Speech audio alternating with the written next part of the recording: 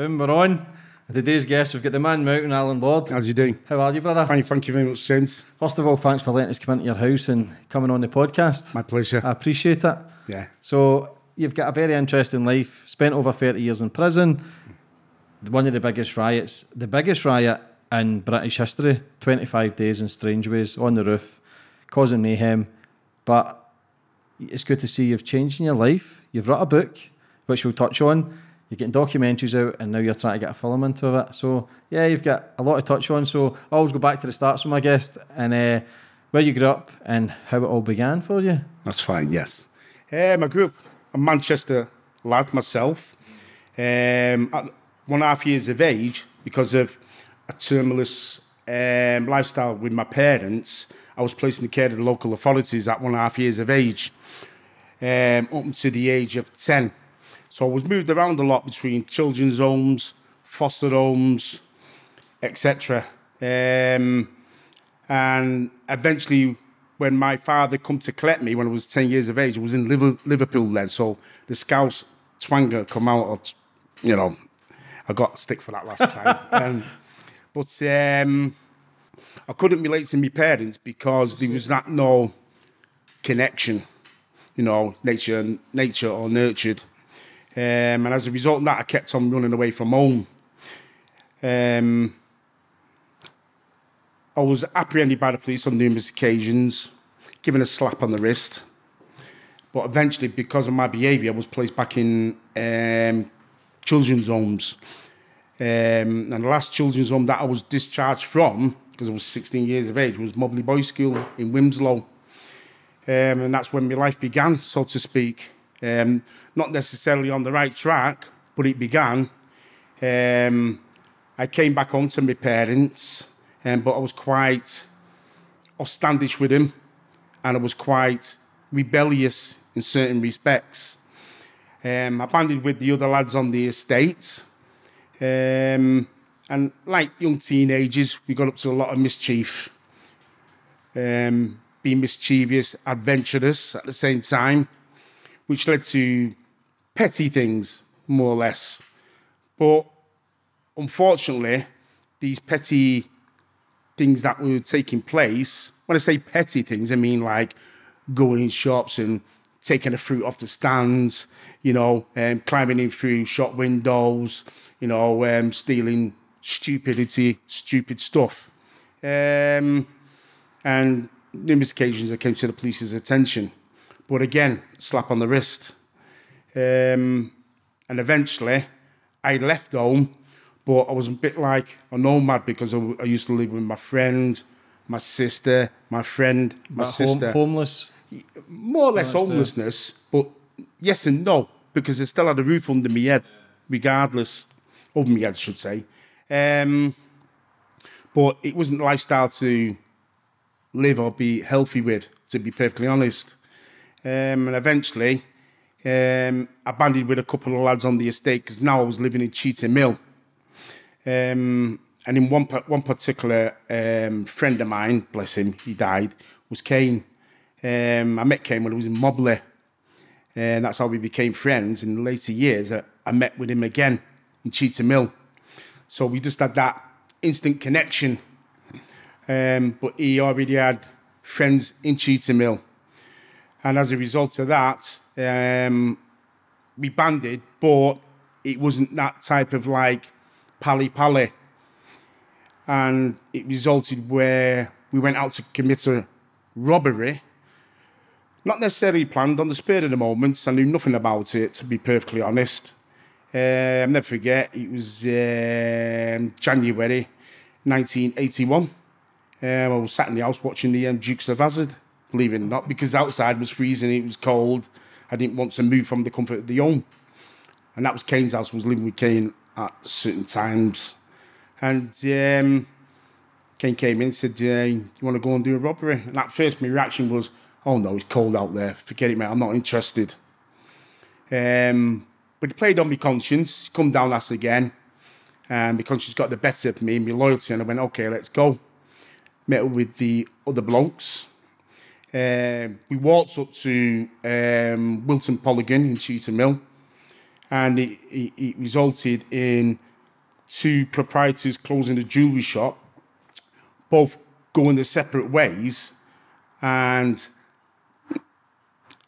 my expectations as a teenager, I had expectations as a teenager.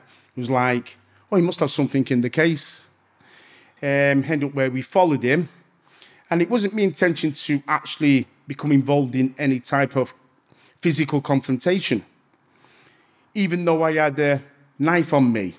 That knife was on me for a different purpose, to be perfectly honest, because here you had two secular societies. You had Cheetham Hill, you had Salford. And at that particular era, there was a lot of racism. And there's a road that separates these two estates, so to speak. And it's called Waterloo Road. And on two occasions, I was walking up Waterloo Road, cars pulled up, young lads got out, same age as myself, with various forms of weapons, and obviously were intent on doing serious damage to myself and Kane. And twice we ran. Now, on the third occasion it happened, Kane didn't want to run. But I said, we have to run, because they're going to give us a good hiding, possibly, maim us. But from that point on, and it was foolish of myself, to be perfectly honest, I said, I'm going to buy a knife. I'm not going to run no more. I'm not buying a knife for the purpose of committing any serious injury, but to ward off. Protect yourself. Yeah, more than anything else. But that type of incident never occurred again, because the last thing I did with that knife was put it in my Parker coat and forgot about it. And it was only when we were going to do this robbery on the shop that I just happened to pick that coat up. And I could say two proprietors went their separate ways, and as one was walking through Wilton Polygon, I remember going up to him and systematically, as I tapped him on the shoulder, I just took the knife out, and my words were to him, give us the brief. But before I finished saying, give us the briefcase, he started fighting with me. And I completely forgot about that in my hand. And, throughout the scuffle, throughout the fight, and he was giving me a good hiding at the same time. Don't get me wrong. We fell down a couple of times because of the snow, because of the ice. And it resulted that he received 2 stab wounds. Unbeknown to me, that I actually stabbed him. The last thing I recollect, I can't say his name, last thing I recollect of the victim, as I was exiting Wilton Polygon, was him pushing himself down. So that gave me no indication that I'd done anything. And it was only later, as the evening was drawing in, that it came on the news. And I put 2 and 2 together. So panic mode set in. I was still on the estate, but ducking and diving because the police were after me now. And eventually they did apprehend me. So how did you feel when you found out that it died? How was that? To tell you the truth, right, I was frightened. It was nothing to glorify in it. I was frightened. My actions were foolish. I had no intention of actually killing anybody. Intentions of, like walling off. Look, I've got a weapon. Don't do anything, But I was frightened. But at the same time, I was a bit sad and remorseful, because I thought, what have you done now? And I knew that my fate had been sealed. For whatever period, I didn't know at that specific time, but I knew I was going away for a long time. Did you go on the run or anything at that point? At that specific time, I was on the run for 2 days, but I was still in the same area, ducking and diving. Yeah, you're only a young boy. You don't. I was young. I didn't have finances. I didn't have connections to get out from the estate. I didn't know where I was going. So it was like my head was up my arse. And eventually the police did apprehend me. On the Saturday they apprehended me. They just happened to see me ducking and diving, but coming down the street towards them while they were all hiding. And then they just pounced on me. What was that feeling like when you got charged with murder? I was like numb. Numb to be. Blank.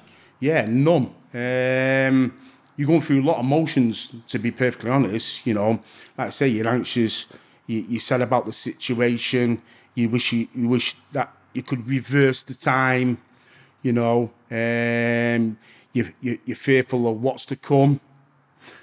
But like I said, your fate's it's sealed, and you can't change nothing. Obviously, when you're rebellious and you do all these petty crimes when you're younger, it is a case of it can stem from a lot of abandonment issues. You hang around with the bad boys because you're kind of getting that sort of family feeling and love where you want to fit in because you don't get it in the house. So you want to do the bad stuff, and then obviously when something is bad happens like that, then that's when it all hits home and you go, fuck. Do you know what I mean? So when you first, was that the first time you'd ever been in prison? No, I've actually done 2 bar stores, 2 detention centres, 2 bar stores. But in comparison to this, it was on petty stuff. Yeah. You know, it doesn't detract from the fact that it was petty. It was still crime, but on the lower level, stealing cars, things like that, etc. But going to prison for a lengthy time in comparison to going to detention centre for 6 months. And Borstal for 9 months. Yeah. There's no comparison. You can't correlate it together because there you got a realistic date of being released. Whereas being sentenced to life imprisonment, you haven't got a realistic date. You know. How was that at court then? How long did the trial run for? The trial lasted for 4 days exactly, to be perfectly honest. Sure. But I knew my fate was sealed. I couldn't, no matter how I presented myself, and I was only a young lad, so I tried to present myself to the best of my ability. You know, I was quite shocked by the fact that, you know, the first time I seen the photographs of the victim in the morgue was when I was stood in the stand, and that's sort of like, you know, makes it real. Well, it does make it real, but it stuns you to see a victim laying prone on the morgue table. You know, not necessarily butchered by me, but butchered by the people who are doing the autopsy. It makes it 10 times worse. But you're aware that the jury are looking at these photographs and all, and at the same time you feel so embarrassed that you want to crawl into the ground because you know you've done a terrible thing here, but you can't change it. No matter how much you plead. No matter how much you present your case, you've done a serious crime, so you have to pay the price. Yeah. There's no way out of it.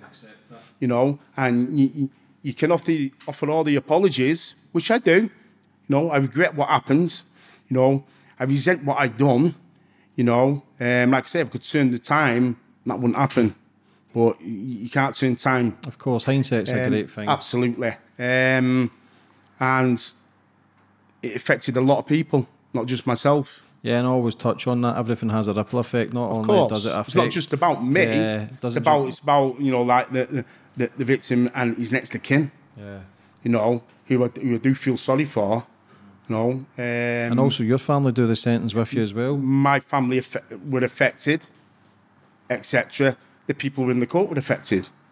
No. The juries, because they need to see all the photos. And again, that's why for anybody watching and listening, I know crime is on the rise, drug-related deaths are on the rise, and people to look in, big strong man as yourself, very well connected, to show the empathy and the sadness and all the apologies. Yes, it's there, but mentally it can, it's always going to be there. It's never going to go. And anybody that says, oh, I dismiss it, I can switch off it, they're telling you lies. Yeah, they're blanking it out. Yeah, you know, because, you know, but they're living on egos. Because we're all human beings. We've all got emotions. Yeah, we're all sensitive. You know? And for somebody to say, well, I don't feel nothing whatsoever. Well, if you really believe that unequivocally, then that tells me you're sociopath, psychopath. Yeah. There's no question about no it. Emotional feelings, you know, anything. Yeah. You know, so you're still a human being. And if you're a human being, you will have them emotions. Of course, and we've all got all sorts of different kinds of emotions, and the people who try and block it out is the ones I believe are hurting the most because they don't want to face it. But you faced it, and then was it 19? Were you 19? What age were you? 19. 19. So then you go to the big boys leagues where it's a different ball game from Bosto. How was that feeling walking in? Was it Strangeways you went into very first time? Went to Strangeways, but you have to differentiate between Strangeways and the dispersal system. Right. Different ball game, dispersal system. What's the difference? Right, the difference is that your local prisons, i.e. Strangeways, it's where a lot of people are doing a couple of days, couple of weeks, couple of months. Short term. You know, short-termers, you know, a lot on remand, going to be dispersed. Whereas when you go to the dispersal system, they've been sentenced already. Some people in there are doing 30, 40, 50 years, indefinite life, you know, in for very serious crimes. They don't care who you are. You know, but you know, you could be the Don. They're not interested who you are when you walk in there. You know, you're on the same footing as anybody else. And if you try to kid yourself that you don't have to walk the line, then you aren't going to survive. Because you will be dealt with. Because the minute you show any disrespect in any form or manner, even just looking at somebody wrongly, it's a confrontation. You know, and I know that because when I first went in, the first prison I ever went to, they had 7 dispersal prisons, myself. And I started off in Wakefield. And at that time, I wasn't happy with Wakefield. It was classified as monster mansion. All the beasts and paedophiles. Oh, yeah. Don't get me wrong, you had straight lads there and all, but you only had a minority, when the majority were the other ones, the wrong ones. So it was a bad atmosphere. The straight lads always stuck together. But I was in a lot of confrontations with the system there because I wasn't entirely comfortable with it. And eventually I was dispersed out to a prison where I was comfortable. You know, not under the right circumstances, but nevertheless, I was moved. And I'm not saying everything from that point went perfectly fine. It didn't. Because from the onset, when I was in Strangeways, on remand this was, my first day, I was placed down the segregation unit. And not just myself, but Kane. And as we were walking across the main foyer, unbeknownst to us that the screws are set, their own psychological rule. Don't walk across the main floor on the foyer, walk adjacent to the wall on the 2 tiles. And as we were walking across the floor, we were getting a barrage of abuse, you know, derogatory abuse and general abuse. And I know it sounds like laughable, but I didn't think it was directed at myself or Kane, but it was. Kane was placed in the cell on my left just as you enter, more or less, a couple of feet along. And then I was taken right to the end in the segregation unit, that is. And as I was entering the cell, a screw came behind me and punched me in the back of the head, said, "You murdering black bastard." And the door was shut. And I was only young, you know, and I was going through a lot of emotions then, toppled on top with the fact that I'd just been placed on remand for serious crime. And it wasn't my intentions to get any type of confrontation with anybody in the system. Didn't even enter my thought, to be perfectly honest. But as a result of doing that, I had the butterflies, I was anxious, I was scared. That when the fight or flight mode kicks in, where you either sit back and take well, I knew I couldn't flee. Yeah. There was only one way out that cell, and that was the door. Mm-hmm. You know? But something else in me went, if this is the way it's going to be, so be it. And next time that door opened, I came out fighting. You know, despite the numbers. Was that the start of it for you then? And that's how it spiraled out of control. Yeah. Yes. When you just go toe to toe, don't take any shit. No, because from that point on, for the next 13, 14 years, it was me in the system. So when you got life, was that 15 minimum? Life means 99 years. You get a tariff. All life is get a tariff. Let me explain this. Right, because England is different from Scotland. I know. Yeah. I wish I could have gone to Scotland. In England, when you receive a life sentence, automatically on your prison record, it says 99 years. But every respective lifer gets a tariff. And a tariff is set by the judicial, i.e. the judge. And what that entails is that he's setting the tariff based on retribution and deterrence, hypothetically, because crimes still take place once you're sentenced. But you know you're going to serve up to that point, whether that be a tariff for 10, 15, 20, 25 years, 30 years. You have to serve up to that tariff because he's made that recommendation. Once you reach that tariff period, then it becomes executive decisions whether to release you. That's where your problems begin. Because you aren't being released on your tariff. No life has ever been released on his tariff in history. And you're dealing with faceless bureaucrats.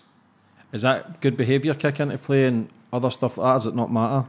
Well, yes and no. I mean, I know life is that I've got a friend in Newcastle at the moment, and he got released from about 2 years ago. And he's 29 years, and he done everything by the book, but he still served 29 years above his tariff. So, and as he used to say to me in his correspondence since I've been out, I mean, once to the point he got released, he said, I feel like I'm going mad here, Al. As you got to hold it together, mate. I know you've done everything, you've done every course, every requirement. You can't do no more. But, as I said to him, it's just a game. So just play the game with him. And eventually got out. What did Kane get? My core Qs, there's 5 of us. Sudan got 3, one got 3.5, Kane got 5. And you got the life. And I got the life. And that's where you started to realise, right, I need to fight back. Is that when you had to grow up fast, become an adult? So how did you get through the sentences? Because I know you've had a couple of escapes also, and then obviously the riots. You'll be rebellious. You wanted change, and the riots that you did get change eventually. How far were you into your sentence once you started the riot in the chapel? Then I'd served between 10 and a half years then. So even though the 10.5 years, because I know you've done 15, but then your sentence, you ended up doing 32. Yes, another 17 years. So at the 10.5, were you not thinking to yourself, I need to keep my nose clean? Or were you at that stage where you couldn't give a fuck? I wasn't really bothered, to be perfectly honest, because I still knew at that stage I wasn't going anywhere. And I knew as a result of that, not just my behaviour, but that incident had sealed my fate for a long time. You know, so I wasn't kidding myself. I like to be a realist. Was there a part of you scared coming out as well? No, on the contrary, no, to the contrary, no chance. You know, and when you're in there, I mean, for all the years that I was inside prison, I never had a television, radio, never had own comforts, wasn't interested, slept on the floor. Slot them out? Had to slop out like anybody else. Why is that? Well, for the first 18 months that I was in prison, i.e. Wakefield, I had the comforts, don't get me wrong. And then on a particular day, I just thought, I don't want none of this. I don't want pictures on my walls. I don't want the quilt, in other words. I don't want that stereo system. I don't want it. You know, that doesn't make my life any better. And even though I had them comforts, I'd still been in confrontation with the system up and down the segregation unit on numerous occasions. So what I'd done, I just went, right, packed it all up, threw it in a sheet, dragged it out my cell, threw it on the railing onto the safety net. And I remember shouting out, anybody wants that, take it. And I walked back into an empty cell. And that's how I lived from that day on. All I had was my prison clothes and my few possessions in a box, i.e. my toiletries. That was it. And whatever book I got. For 32 years? That's how I lived. Fuck's sake, Alan. That's how I lived. I took the bed frame out, everything, slept on the floor. Did people think you were losing your mind? Probably, yeah. I mean, it was never put to me. I had people objecting to the fact, I had screws objecting to the fact that I'm not complying with the regime, but I was complying with the regime. Was that because you didn't want to accept anything from the system? I didn't want nothing from the system, correct. You know, I wanted to show them that I don't want nothing from you where you can't take anything from me. You know, because you've got to remember everything in the system, with the exception of visits and letters, everything else is a privilege, which can be moved like that. They can try and break you from the outside, but you didn't want them to break you from the inside? No, correct. I want to show that I'm in control, regardless.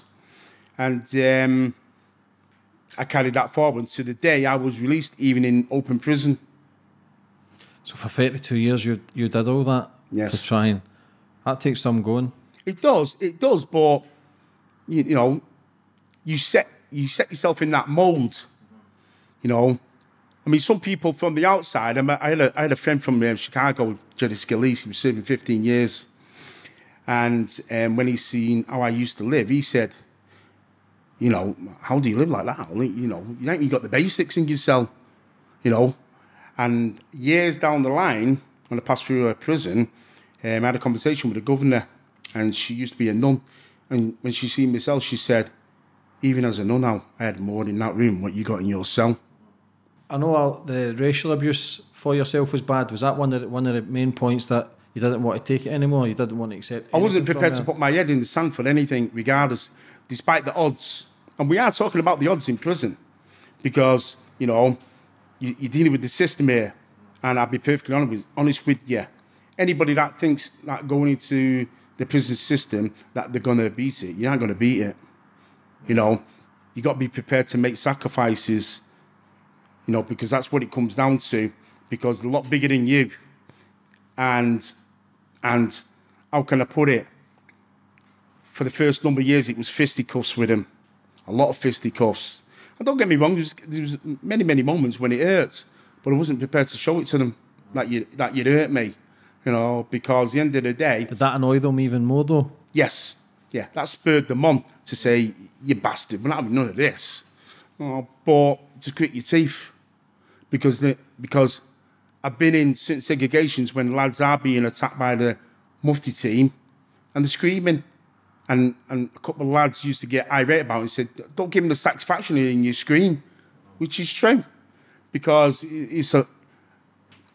we're all human beings. We all feel pain, we all bleed. But there's certain situations where you have to uphold your resolve and think, nah. But it was ruthless back then, the beatings, the 80s, 70s, 80s, 90s. There's a boy actually in Scotland last week who just got beaten to death by the screws. Ruthless, You know believe what I me mean? and you know. I've always said that... Was there a lot of... Did they kill a lot of people in there from beatings? Well, there's a book out, many, many years I read it, and it was called Fighting for My Life. And it's about all the deaths in prison that have taken place, you know, circumstances surrounding the death. But when you read it, it's too obvious.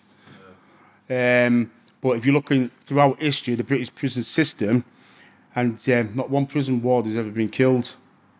Not one. There's one prison works screw been killed, but not one prison warder. But in comparison to all the prisoners who have been killed. There's a lot of death swept under the carpet. Of course. But they can be brutal. Believe me and you, brutal. I mean, I've experienced it. I know about it. How close to death were you from beatings?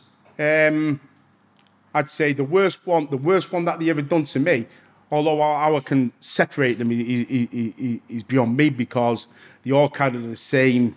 Was there that many? Gratuitous. Oh, believe me, and you could be here all week telling you. Yeah. But when people read the book, they'll see it for its entirety. But I remember that time when I was passing through Whitemore, and it was over people wearing their own clothes, but I didn't wear my own clothes. But they wanted to come in and take this T-shirt off me, but it wasn't a personal T-shirt; it was theirs. I think they just wanted compensation. So they came in, multi-team and all that. We're having it out, and as a result of that, there was water on the floor because the sink had been broke, and he had a ledge just under the doorway, and it was filling up with water. At the same time, all this is going on. We're in there for a good 15, 20 minutes having it out. And then when they've eventually got me down, apprehending me, they were trying to hold my head under that water.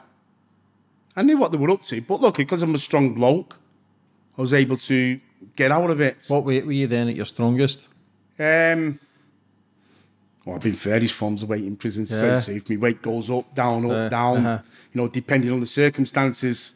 Did you build yourself up so big as well so you could fight back? No, that had nothing to do with it, to be perfectly honest. No? No, because when I first went to prison, I must have been around about 12, 11 stone. You know. Fuck's sake, man, that's tiny, huh? So, precisely. Uh-huh. So, size is irrelevant. It's what's in your heart and mind that counts. But it enabled me to get out in certain scuffles with them, to make them back off. you know.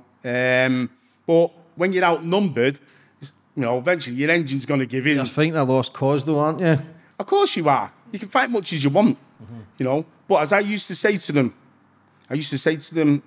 they're all stood there in the right gear, whatever. Well, this separates the man from the mice then. Let's go for it.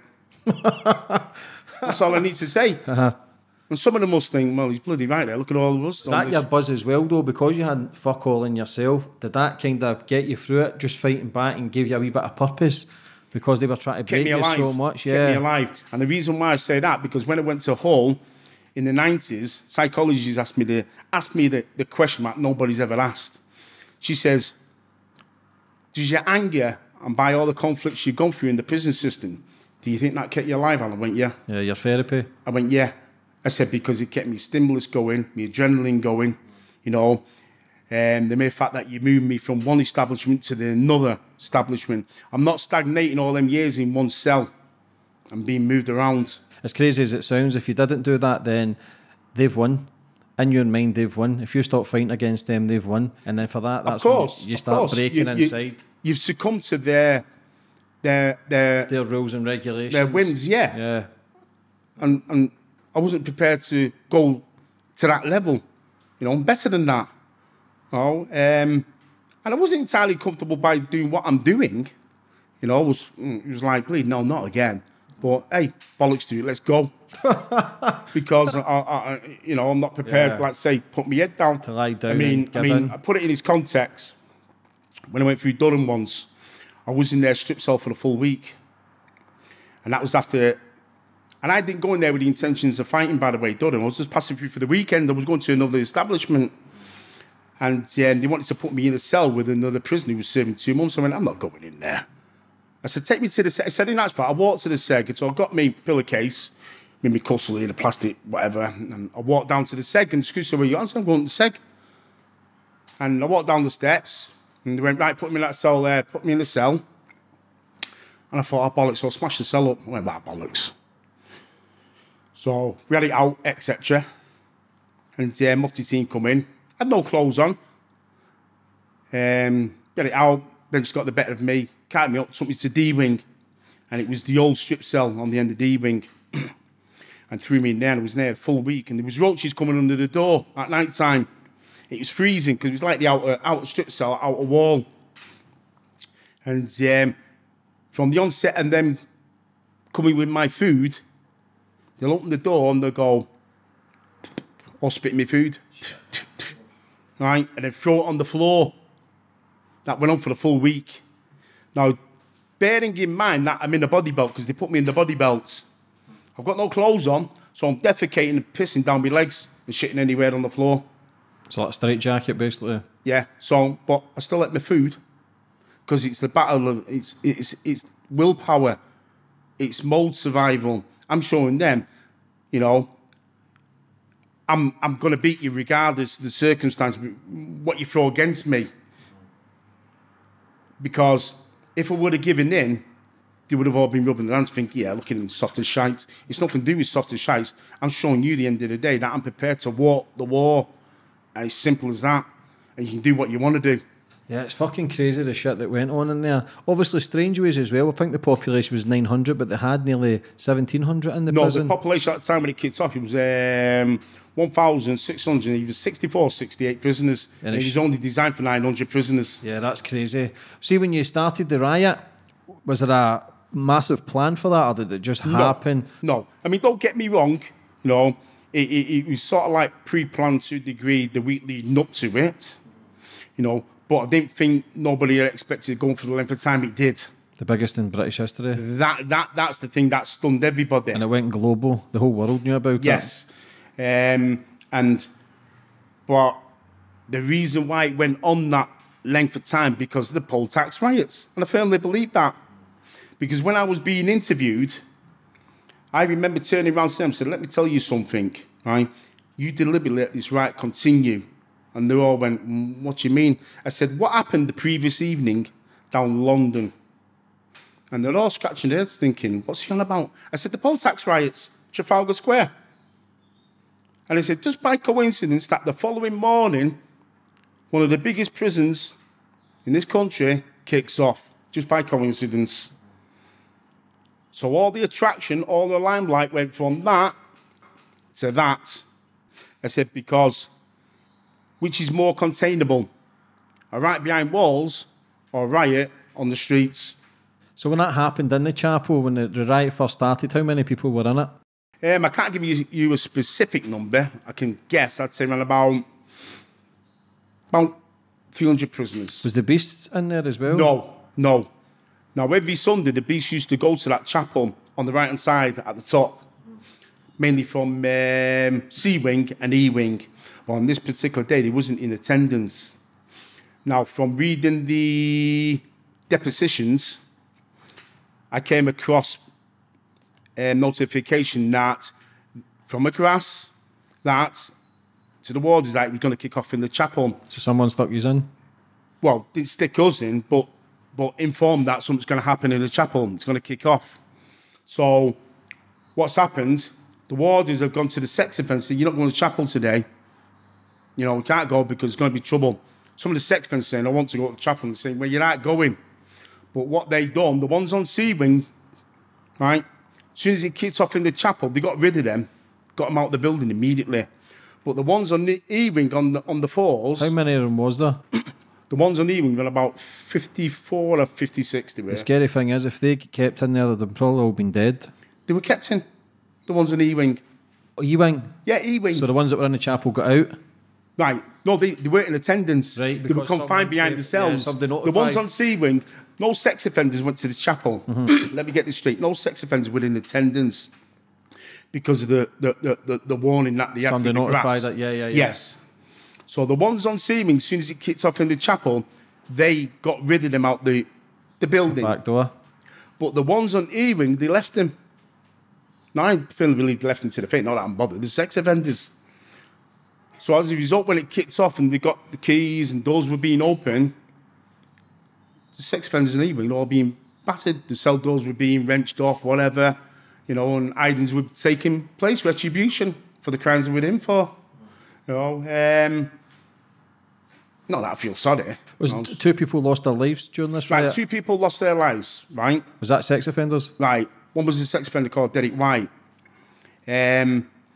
Multiple forms of, how can I put it, rape against children. Now, the reason why I say that, because I had access to their antecedents, all of them, because I want to know them. They're all giving evidence here. I want to know them all. Right, so it wasn't a pretty thing. So did you have everybody's files and? Yeah, basically the files, but the police have an antecedent on you. So if I'm a solicitor, I ask for it and it'll give me a rundown of what you've been in prison, what you've been charged with throughout the years. Yeah. And multiple times it went on and went on and went on the list, you know. So we got a good hiding as a result of what he was in prison for now. I didn't touch no sex offender. I wasn't interested in them, you know. Unfortunately, I was charged with his death. You charged with another murder? I was charged with his death. That Derek White sex offender. He died with, from natural causes, from a blood clot behind his left knee. But he did get a good hiding. But it was another prisoner that accused me attacking him, saying that they see me attacking him and took his eye out. His eyes were in and all that. So that's how much bullshit was going on.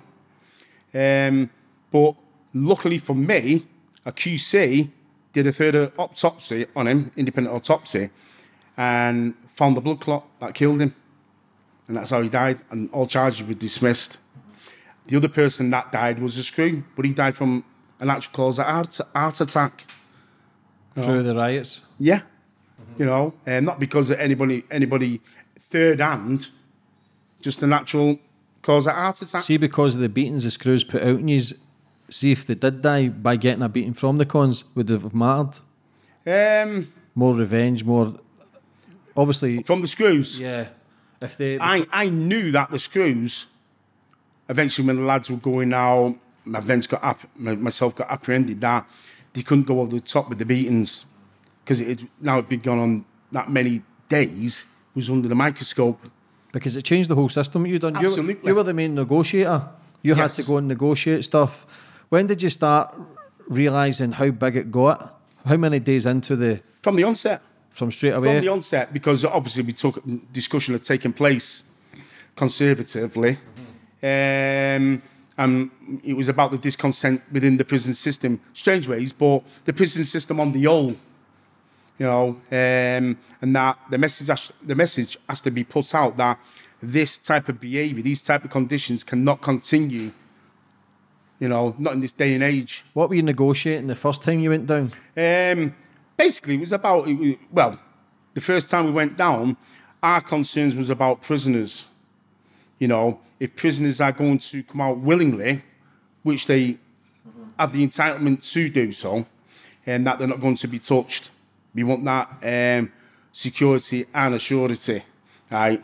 Or surety, I should say, for somebody else, because somebody criticised me about using the word surety, but they got it wrong. That was our main concerns. Although the undercurrent was about the rights of conditions, Screw's behaviour, etc. Their concerns was about the YPs, the young prisoners. Now, I understand that because there were young lads just caught up in it, hyped up in it, egos, you know. Story to tell their friends when they get out. Precisely. Eventually, when it all quells down, if they were still there, reality might set in for some of them. They think, bloody hell, I want to go home now. Especially people, was it all LTPs, was it all long-term prisoners, or was there people doing 1 year, 2 year? It was a mixture. So people could have potentially got more onto their sentence? Absolutely, yeah. How were you feeling going down for the first time to negotiate? You're not thinking, they're going to fucking jump me here? Yeah, of course it did. So why? Was that again you? Right. Again, you got to understand, you got to understand that it's an incident, right? And in any given incident, you got to have negotiations. And the reason why I say that, because if nobody went down to negotiate and they all just got fobbed off, it would have all been for nothing. The press would have had a field day. Look at these idiots. They don't even know why they're rioting. They're just rioting for the namesake. And I didn't want to distract from the point that it was about the conditions, the inhumane conditions and the injustice of how people are treated. This is what it was about. And how can I put it? That was carried forward all the way through by myself, regardless. And as you know, a result of that the Wolf inquiry came into play right near the end. And hence, it did radicalise the whole system for the better. So once you were doing the riots, the police, they cut off all electricity? Yeah, everything. What, they were playing music outside? Yeah, outside from the onset. What the fuck was all that about? That was to stop people conversing with the press across the way. Or for giving information? Yeah, on South Hall Street, there's warehouses, retail warehouses. And they were all on top of the roofs there. Mary Monson Solicitors had one of these retail warehouses, but it was a solicitor's firm, coincidentally, facing the old gatehouse. So a lot of press was on there. So they didn't want prisoners and press conversing, exchanging what it was about. So they drowned them out with music or blaring of the horns. You know, and I was calling across a couple of times, but it can be a bit heavy on that. So what about food then? How was your supplies? Food. Right, let me tell you about food. I mean, there was plenty of food in the kitchen, tin stuff, plenty. For how long do you think that could have lasted for? That could have lasted for quite a while, in actual fact. You know, when you have all the other stuff like frozen stuff like meat, eggs, etc., things like that, you have to be a bit more precautious with it because salmonella, you know. Yeah. Food poisoning and stuff. Yeah, it all comes into play. And one of the lads did get salmonella poisoning on the 10th. You know, seen him being stretched out. But that's because he opened a tin of corned beef, left it, and then went back to it a couple of days later. You can't do that. You know? But we had plenty of supplies there, also from the canteen, what was left, and rounded them up. For the first week, I must admit, for the first week, on my first time into that kitchen, I found all the steaks and chops. And I'm talking about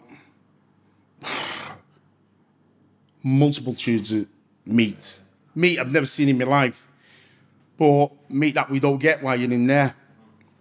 And that's all I lived on, plus other lads, for the full week, steak and chops. you know, and I loved it. Obviously, when you did the riots, because they had put you through the racial abuse, the physical abuse, to take over a prison, that is the worst thing you can do to the governor, to the screws. For you, how were you feeling as if to say, fuck you, two's up, I've eventually won this fight? Yeah, of course. I mean, you do get a buzz about it, Yeah. you know, because to put it in its context, all them prisoners from the onset, it must have been a vestige of freedom, because that pent-up frustration, that anger, that annoyance being locked in your cell all day. You know, all you're seeing is locked bolts, bars and mortar. That's all you're seeing. Now you can go anywhere you want in the building. You can go on the roof, see the world. You know. Yeah. So that it's like letting our little dog out into the back garden. There, he loves it. Oh yeah, that's what we're like. But that was short-lived, because it still comes down to what's it about. You know, you can frolic about much as you want, but you can't distract from what the incident's about. You need an end product. Yeah, which is to create change. Yeah, the thing that I found sad about it on the first day and the second day, I'm talking about the evening, is that, you know, the canteen had been raided. You know, the healthcare medical centre on the wing where they distributed medication had been raided. You know, people full of methadone and sleeping tablets. And, I don't know what. Yeah, all sorts. But the thing that astounded me and sort of like irated me was that the lads in the evening were throwing all the stuff from the canteen, which they felt they didn't want, over the landing. And I thought, what are you doing? Yeah, you need this supplies. is stuff you don't even get now. Yeah. You're disregarding it. As used to say, I don't need that now. So that's why, hence myself and a couple of others went to the canteen and rounded the rest of the stock up and went, no, we need this.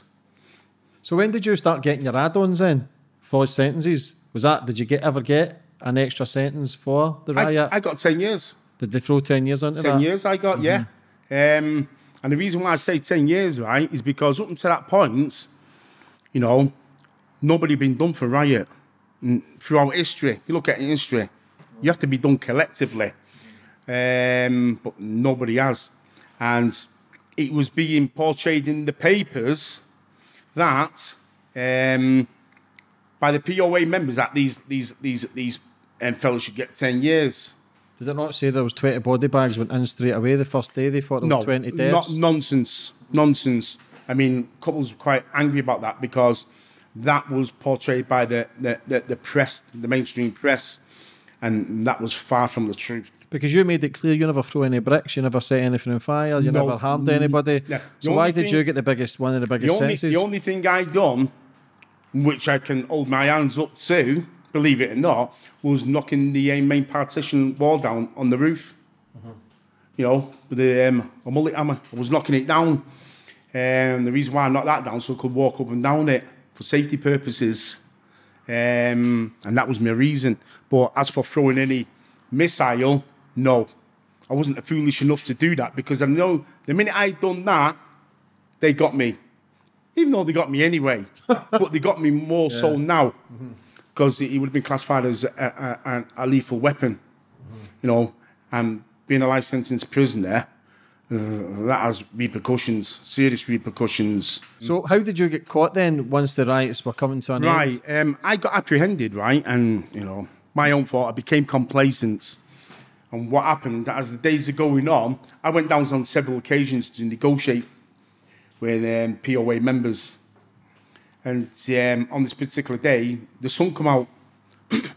So I was just soaking up the sun, the rays. And it was John Joe. He poked his head up and he said, Alan, do you want to talk to you downstairs? Well, I said, okay, I'll be down in a minute. But I didn't want to go down. But I thought, well, I have to go down. So as I'm working my way down, he clearly shouts, be careful, lad, because I don't fucking trust him. So I've climbed all the way down because everything was a wreck inside. I mean, it was all Victorian jail, so all the staircases, etc., were made of cast iron, all gone, all smashed. So I've jumped down onto E-wing, the bottom, and the old hospital complex was under the spiral staircase. I've gone to the gate, and there was two warders stood there. One was called Tate, and one was called Jones. Tate was from Hull, Jones was from Manchester. We did a little exchange, and then all of a sudden, he did something with his body. Momentarily, but I clocked it and I thought, oh. And as I backed away from the gate, all the cell doors, all the way the full length of the landing, even behind me, opened and all the riot squads come out. So I know my way back up was, Gone. Yeah, it's gone, no chance. Did you not notice that going down the way? No, my fault. The reason why I said that, I became complacent because when I've dropped down, upon reflection, I should have seen that all the debris on the landing had been moved away, and I didn't. Bastards. If I'd have seen that, there's no way I'd have come down. And I would have went, no. Mm-hmm. But it's obviously nearly on a month. You're probably glad at the end that it's kind of came to a head. How long do you think it could have went on for? Well, to be perfectly honest, right, and a lot of people are aware of this, that during the times I negotiated with the POA members, they used to ask me when I'm coming out from the onset. And I clearly stated, I'm not coming out, you're going to have to come in and get me. They always let me back in. Why is that? I think it may be based on the fact that they had to have somebody that they could negotiate with. Fairly. On good faith, yeah. Somebody who was a bit more sensible in that respect. Not like hot-headed. And I also firmly believe that if they would have nabbed me from the onset, then that would have given clear evidence to others that we're not going to negotiate with use. Is it more of a danger, more of a risk? Of course. Yeah. But let's not kid ourselves. Even though we're negotiating, we're still at loggerheads with each other. I don't trust you and you don't trust me in reality. Yeah. You know, but somewhere along the line, we have to show faith. Mm-hmm. But it's based on falseness. Yeah. So, you've had a couple of... mate, your story's unreal, if I'm honest, mate. I've done over 60 podcasts. This is up there, one of the best for the story-wise. Obviously, it's sad as well, but the story's unbelievable, mate. Obviously, you're trying to make it into a film as well, which we'll do. Which you will do eventually. You've touched it into a book because you had a couple of escapes also. Yes. How did that come about? The first one. Was that before the riots or after? That was during one of the trials. Right. Believe it or not.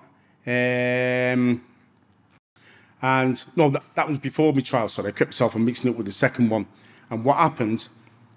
They dispersed me to the police station in Bolton, called Astley Bridge Police Station. And they put me in a single cell on my own on the ladies' side, moved all the ladies out, but all the men went on the other side.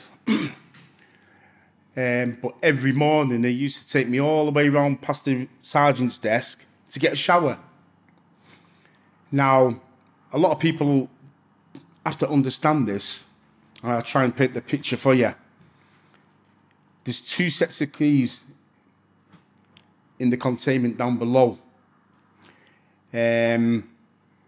You have a bunch, I have a bunch. We're not allowed outside that floor. We're there to look after the prisoners, do whatever we have to do down below. Whilst you took me for my shower, the other officer, police officer, is searching my cell, doing whatever he's doing with other prisoners, but I know he's searching my cell because he used to leave things in a certain way, and when I come back, they've been disturbed. And on this particular morning, I've come back, and bearing in mind that to get to that shower, I've had to go from my cell door, through one gate, through two gates, walk past the sergeant's desk, through another two gates. Now I've come back, escorted back, the same way.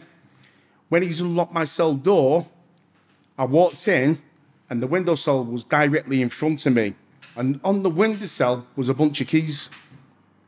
What bunch of keys, I don't know at that specific moment, but I know it's a bunch of keys. And as I've gone in, he's closing the door. He said, you got everything now, Mr. Lord? I went, yeah, fine, thank you. And he shut the door. Well, as soon as he shut that door, I grabbed the keys.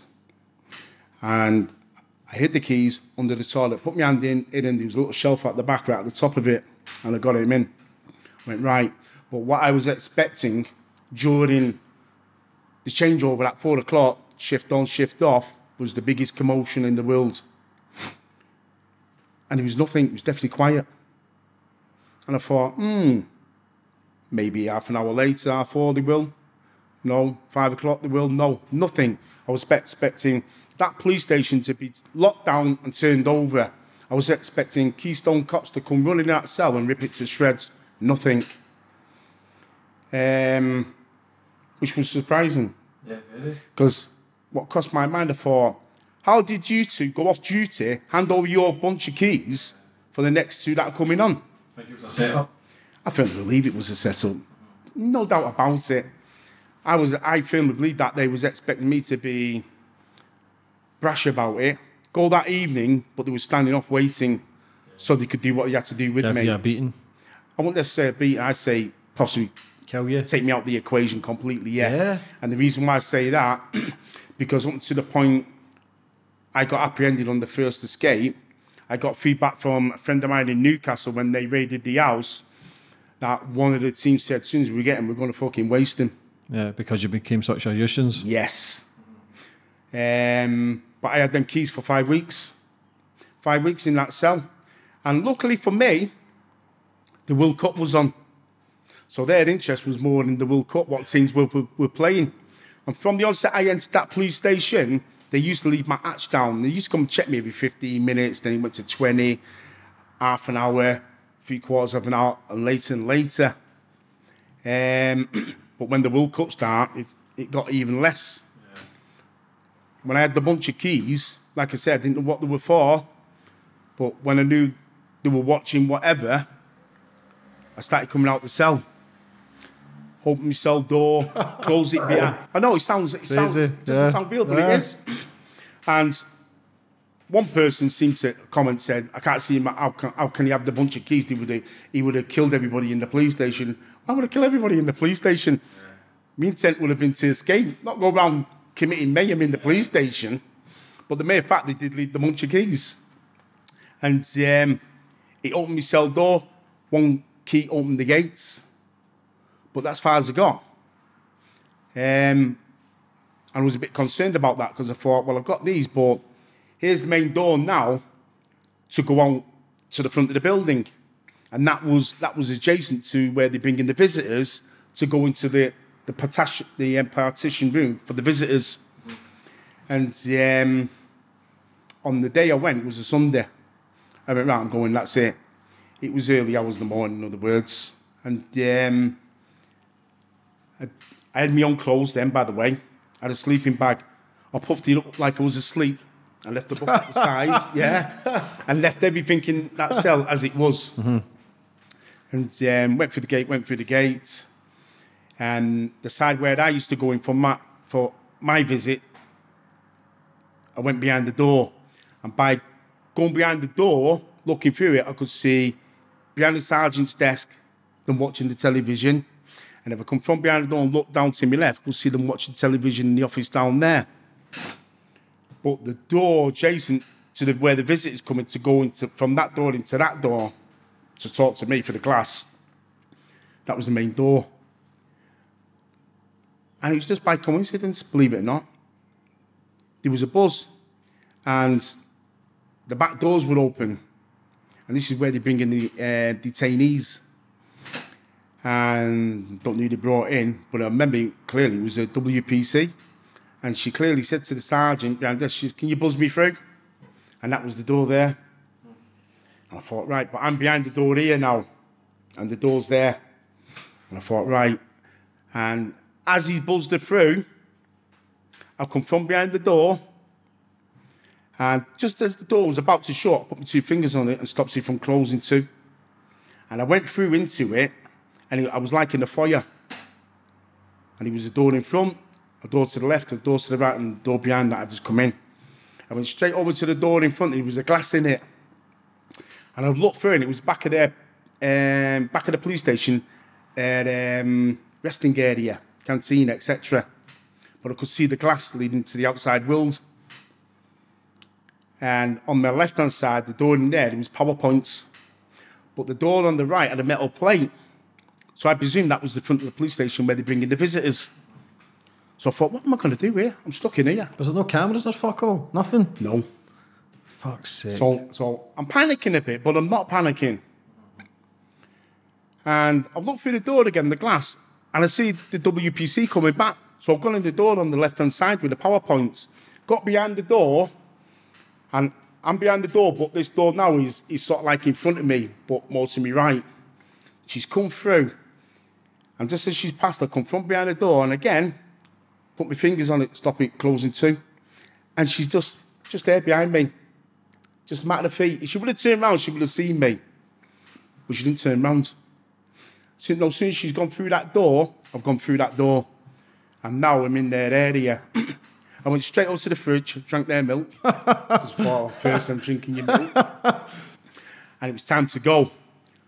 But just as I was going towards the back of the exit, I seen a door on the right, and there was a book there, and that was their book signing in and signing out. And I was going to put in it, Lord signing off, but I thought, no, leave it. And went out the back door. I remember running down back of the path, crossing the road, going into the field, and I stood in the field, and I had the 2 keys on me, like that, with a bunch of keys. And I remember throwing them in there and I shouted freedom. But I didn't have a clue where I was going, to tell you the truth. You know, I was like a headless chicken. I thought, where do I go? I know I was in Bolton, but I've never been Bolton before in my life. And I just thought, just play it by chance, just go for it. And I took off. And I remember I ran across the field. Eventually I come to a high wall, climbed that, scaled it. Went through a graveyard, scaled another wall, went down the embankment and come across the stream. Went across the stream, fell into it, but just laughed it off. Went up another embankment and ended up on the railway tracks. And I thought, which way do I go? Do I go left or do I go right? Instinct just went, just go left. And I ran all the way from Bolton all the way down to Southport on the tracks. And that was that, you free man. How long were you on the run for? 4 days in total. And how was that feeling for you? It's, how can I put it? It's like a weight lifted off you. It's cat and mouse, cloak and dagger stuff now in reality. Because I know at the end of the day that they've got all their resources out looking for me. You know, You're all over the news, the papers. I'm all over the news, spread over the front pages, etc. And but that wasn't my concern. My concern was trying to keep my head low. I was in a couple of safe houses, but I wasn't entirely happy. You know, I remember one was in, and the helicopter's over and above, and I panicked. And I thought, no, that's watching this house. Maybe not watching anything, just my paranoia. But I remember saying to the bloke who had me, I said, "You need to transfer me out. I think that helicopter's on me." You know, nonsense. But eventually, I was placed in another safe house, and actually the contact was made with this person who had a 40-foot cruiser. And so I got all my finances, all my funds together, etc. What was your plan to get out of the country? Get out of the country, absolutely. You know, there's no way I could remain in this country. You know, because I would have to remain underground forever.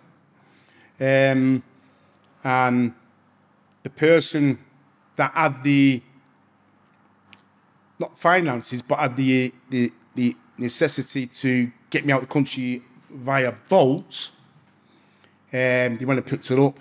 18 men went to pick it up. Sensible people, not nonsense, sensible people. When I met her in Manchester, and just didn't bring her back straight away. Did a couple of reconnaissance around the streets, make sure I'm not being followed at land or air. Eventually, when they got back to Liverpool, did the same again. When they thought everything was all right, they dispersed and brought it to the house. I was leaving this country, or made my way to the port at 5 to 11. I'm sat there just on a general chit-chat, and I remember saying to the proprietor of the house, won't mention his name, I said, "I'll be gone soon." He said, "Well, I'm going out, you won't be here anyway." I said, "All right, thank you very much." All provisions were put in the car. And 5 to 11, I heard the helicopter. And you know when you just know? And I thought, that's low, that's fast, that's coming here. And no sooner as these thoughts crossed my mind, it was above the house. Boom, boom, boom, boom, boom. And no sooner as that was above the house, I'm up anyway. I'm making my way to the back door. Because as I said to him, if he comes on top, I'm going through your window. He said, do what you want to do, Al. I was up. I dived through the back window. Didn't open the door, just dived through the back window. Even a bit of frame come out. Hit the backyard. I was conscious of glass, though, to be perfectly honest. You cut yourself? Yeah, absolutely. I did cut myself eventually anyway. And I ran to the back of the yard to scale the wall. But now it's right above me.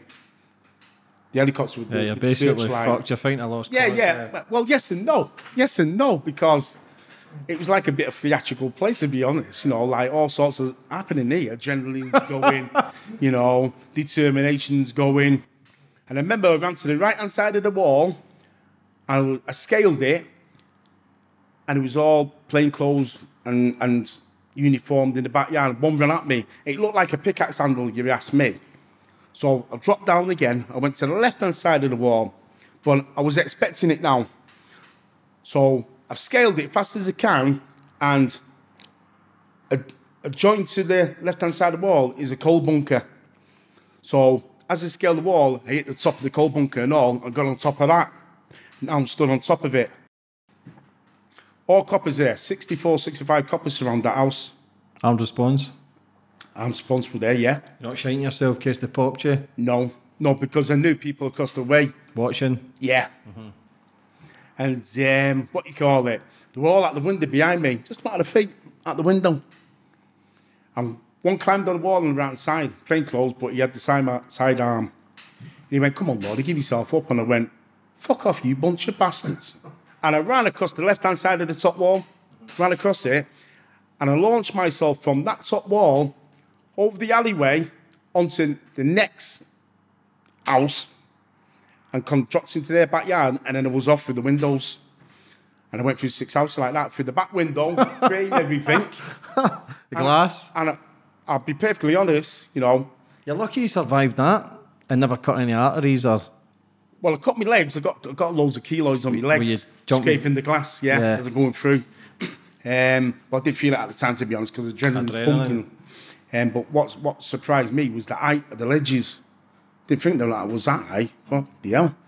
Well, I was quite shocked in actual fact, but because adrenaline was gone, I just went for it. Yeah.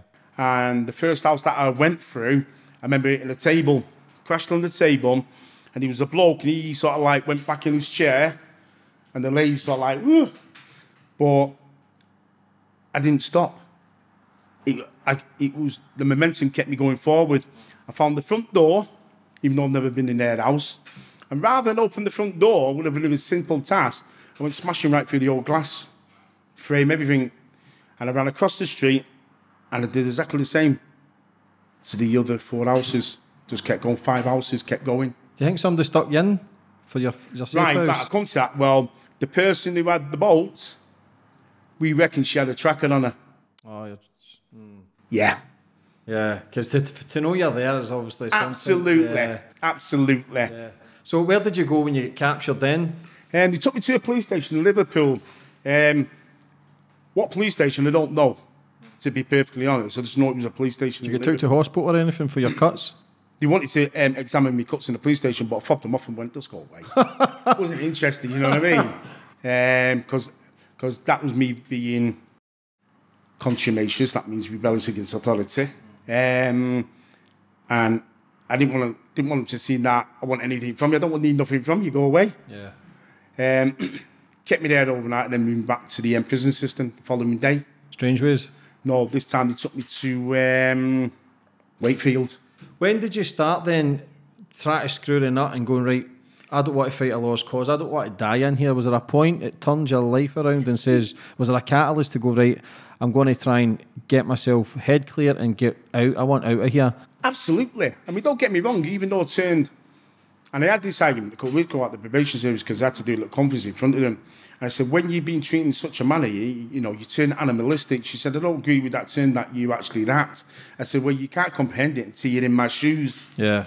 you know, but you do turn animalistic. But at the same time, when you have your moments where there's no confrontation, everything's quelled down, don't get me wrong, I had my moments where I was in certain prisons where I was getting on with it. But for whatever period, it was short-lived, it was long-lived, whatever. And sometimes you do think, bloody hell, I can do without this again. Yeah. But your pride gets the better of you, your determination, you know, your principles, your values. You think, no, I'm not having it. You know, because, you know. Was there a time you would have died in there then? I firmly believed it. Firmly believed it. Does that not scare you though, thinking back? No, it doesn't scare me, no. I mean, to tell you the truth, right, nobody likes to die. But as I keep saying to Nita, you know, I'm not bothered if I die, you know. And the reason why I say that, because I had a good friend in Liverpool, and he developed a tumour behind his eye. And he's in his 70s. And as he said, Alan, I don't care. I've had a good life, I'm happy, and that's all that matters. Yeah. Death smiles to us all. Only thing we can do is smile absolutely. back. It comes eventually to us all. So, you know, just take it on the chin. Mm-hmm. People do feel sorry for them, like young kids, you know, get cancer and things like that. Course, absolutely. They've never had a chance in life. Yeah. But yeah, there's moments it did cross my mind. But at the end of the day, I knew I had to change tactics. Because I thought, I'm creating my own calamity here to a degree. I'm giving what they want, even though they're precipitating my behaviour, which they are. Yeah. You know, they're antagonising me, they're being racial, abusive in certain establishments. I'm not going to sit back and take it on the chin. But then it comes to a point, okay, if I keep doing this, I'm staying in here, and then they will eventually win. They've won, yeah. Absolutely. Mm-hmm. And the last time I had a confrontation with him was 1997, Long Larton. 20 years ago. Yeah, Long Larton that was. Went to Long Larton, didn't like Long Larton from the onset. Didn't like it. Scruffy establishment. We were mixed with the sex offenders from F-Wing, you know, which I didn't agree with, and that annoyed me. Because you had certain people in there, you know, give it all the large, and yeah, you know, you're talking to him, what are you talking to him for? But I wouldn't comply. You know, they wanted to bang prisons up in the day, etc. And I refused. I said, I'm not banging up day, I've been banged up all night. You know, I had arguments with the PIs, they wouldn't let me in the gym do any training. And then on this particular day, the CNR team come from with the right squad. And more or less said, you going? I said, right, let's go. Got escorted to the SEG, outnumbered. It was like cockroaches in their nest. And I said, well, what's the reason for being shipped out? He said, due to other prisoners' behaviour. In other words, I'm influencing other prisoners. In what manner am I influencing other prisoners? I make my own respective decisions here, do my own thing. So I remember, took my clothes off, and there was a prison green blanket there, and I made a hole in it, put it on me like a poncho, like Clint Eastwood, you know. And then what happened, as soon as I put that on, this was the naughty part, as soon as I put on, they put the handcuffs on me, put them on tight, and then they walked me to the van. And I thought, I'll polish this. As soon as I got in the van, I closed the van door behind me, locked it, and I smashed everything in that van. Seats locked. Now, it took me a while, but I'd done it because it was hurting with the ratchets on. You know, and I'd done it, and there's more CNR coming round the van. They're bringing the dogs, they're bringing governors, border visitors, you know, I presume doctors, the medical nursing staff were all there. And eventually, they made a pathway, 2 lines, from the building to the van door. And walked up to one of the CNR, and he got on the little step that you get into the van, and he said, right, Lord, we're going to open this door. If your foot with us, we'll set the dog in you. I said, do what you want to do. Unlocked the door, backed off. I've opened the door myself. I jumped down, and nobody ran at me. And I walked along the path, but you could cut the atmosphere. Yeah, it was like holding a load of pit bulls back, wasn't it? And next minute, walked into the building itself. No sooner as I got in the building, they were all over me. Yeah, all over me, bouncing all over me. Yeah, absolutely. You know, one particular one was trying to, I know he was trying to break my wrist. You know, bend it back far as he can. Don't get me wrong, it hurt. But again, you don't show it to them that it hurts. And then after whatever period, they dragged me to the strip cell, threw me in there. And I was in there for about, let's say, half an hour, 3/4 of an hour. Then the door opened again. And He said, "You're being moved now."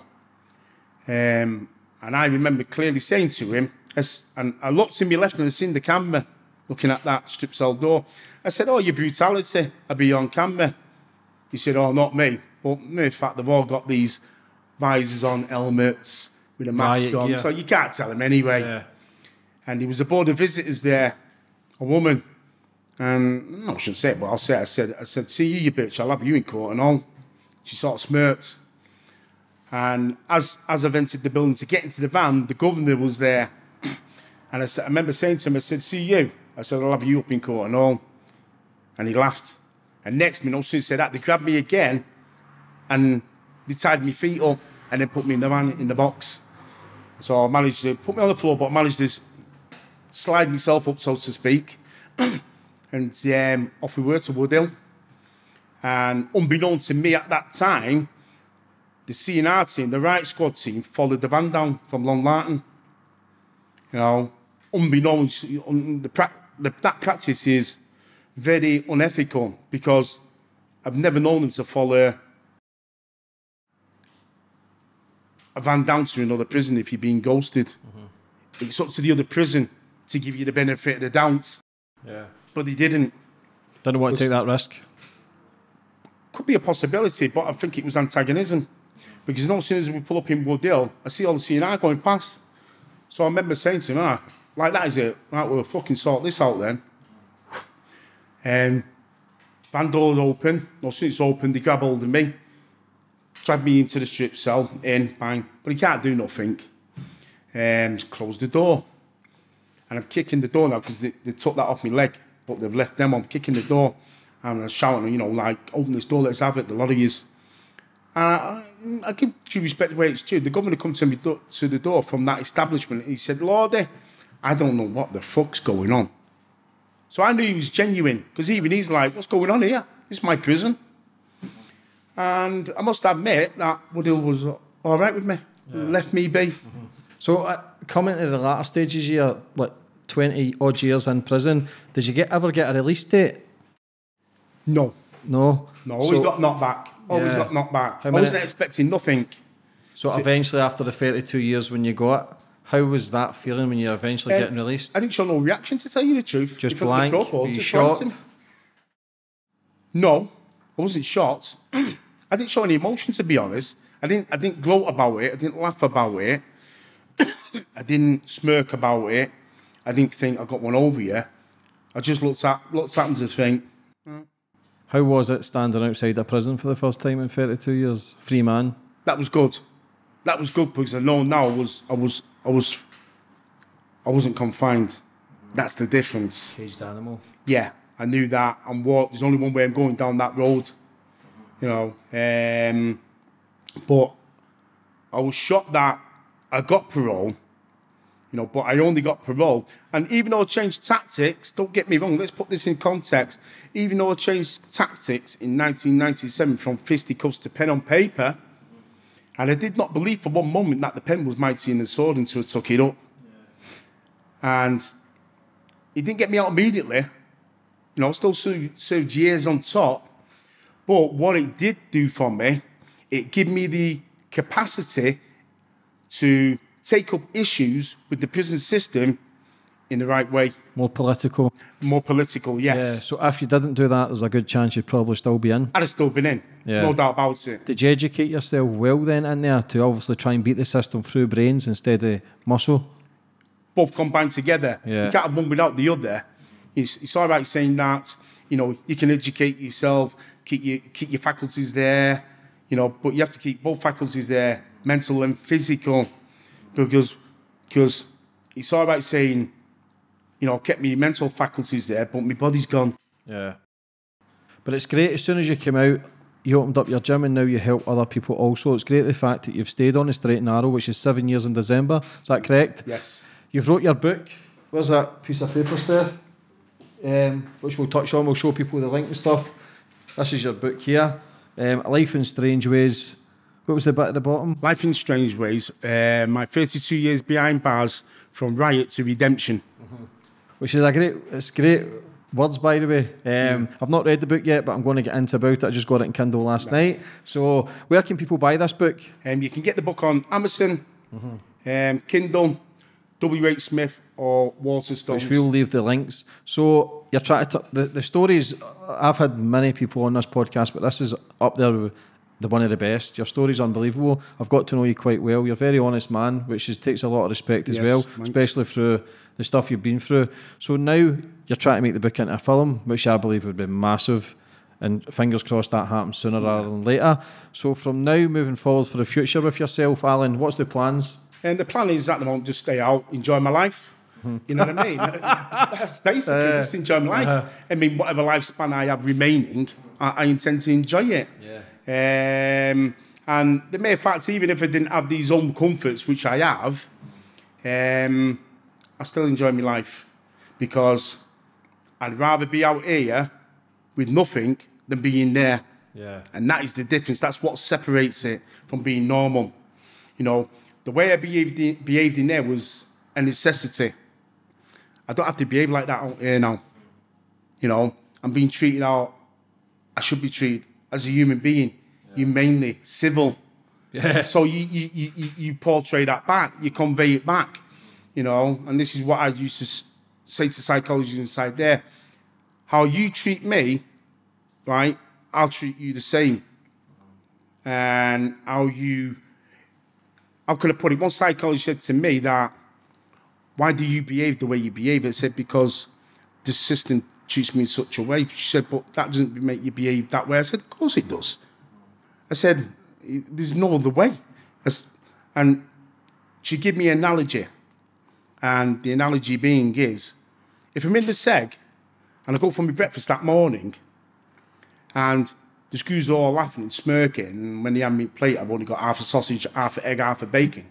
Do I continue with that and go back to my cell? Knowing full well that the next morning, it may be a quarter of that half. I'll do a nip it in the bud. I nip it in the bud, because I know at the end of the day, by nipping that in the bud, it's not a question of right or wrong. It's a question of showing them that if I nip it in the bud, you won't do that the next morning, because you won't want this hassle every morning. So do you think if you get treated better by the screws, you wouldn't have done half the stuff that you had done to fight back and make an example? Correct. You know. And I think it's great. And that is the beauty of life, Alan. No matter what you've done, we've all made mistakes. Some people make mistakes worse than others, but the beauty of life is people can change. You can change your path in life. You can learn from your mistakes. You can speak to other kids who maybe go to prison and jails to tell them to not do the same mistakes that you did.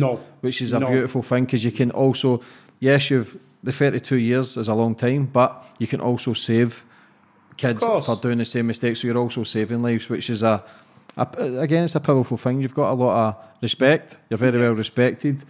Your book's out, and for me, coming into your house and hearing your stories has been unbelievable, mate. And I really appreciate it. Thank you very much. And all the best for the future, Alan. You too. Thank you very much. God bless, Thank brother. you. Thank you.